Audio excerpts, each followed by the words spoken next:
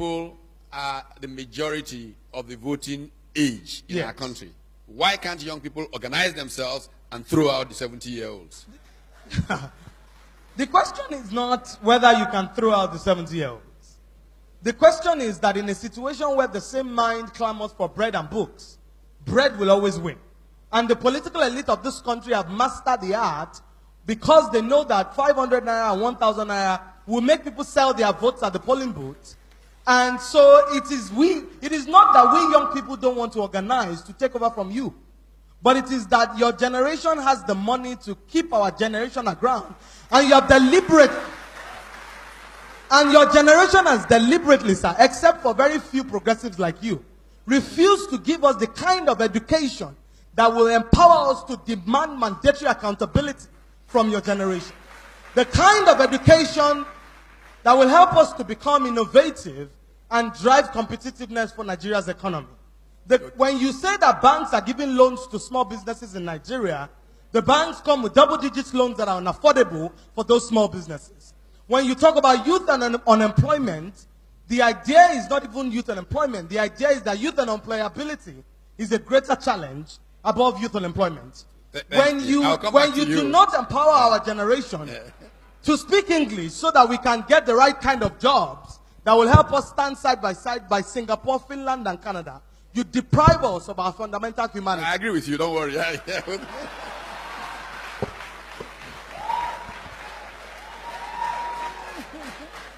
And I'm sorry, Professor Batitomi, I do not mean to be combative or to be activist.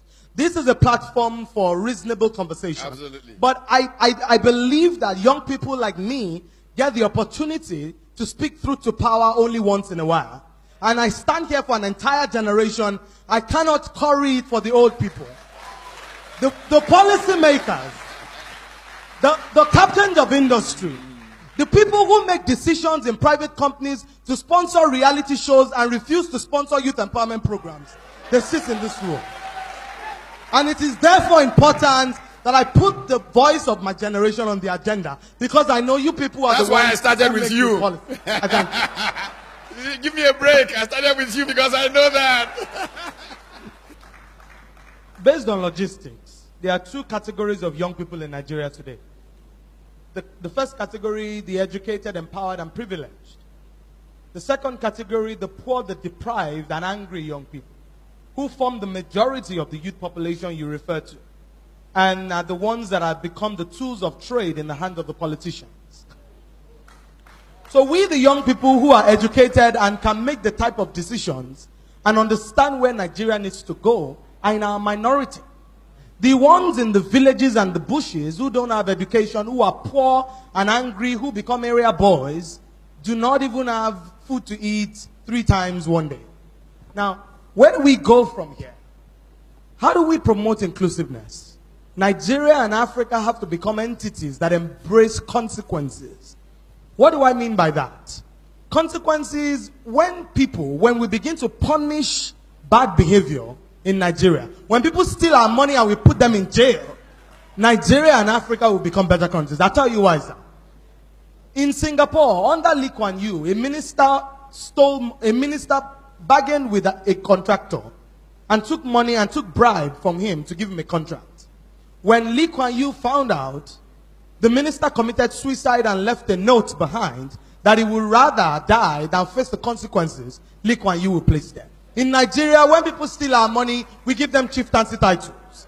When they steal our money, we give them doctorate degrees. Somebody said that the reason why rich people in Nigeria don't fund research is because there's no substance at the base of their wealth. So when we do not place consequences side by side our actions, we do not send a strong message to the people who have stolen. How do we promote inclusiveness? Number one, we need to be able to embrace the principles of equality, where the children of the rich and the children of the poor can go to public schools, because public servants elevate the quality of education in the public schools. Number two, where the children of the poor can get jobs without having connections.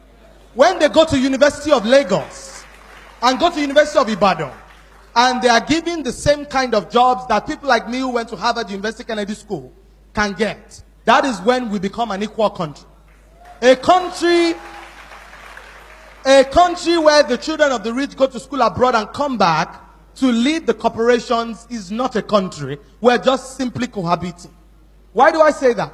As things currently stand, one day, during the Occupy Nigeria protest in 2012, the area boys didn't protest to Oshodi. They didn't go to Agege. They didn't go to Yanokpaja.